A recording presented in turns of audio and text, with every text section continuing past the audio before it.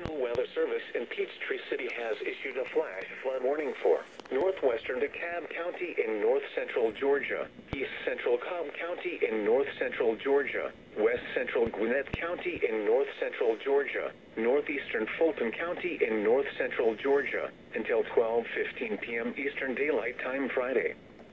At 6:10 a.m. Eastern Daylight Time, gauge reports indicated thunderstorms producing heavy rain across the warned area. 1 to 2 inches of rain has already fallen. Flash flooding is expected to begin shortly, including areas along Cricket Creek. Some locations that will experience flooding include Atlanta, Marietta, Decatur, Sandy Springs, Roswell, Johns Creek, Alpharetta, Smyrna, Dunwoody, Duluth, Suwanee, Chamblee, Norcross, Dorville, Clarkston, Avondale Estates, Berkeley Lake, Tucker, Belvedere Park, and North Decatur. Turn around, don't drown when encountering flooded roads. Most flood deaths occur in vehicles. Be especially cautious at night when it is harder to recognize the dangers of flooding.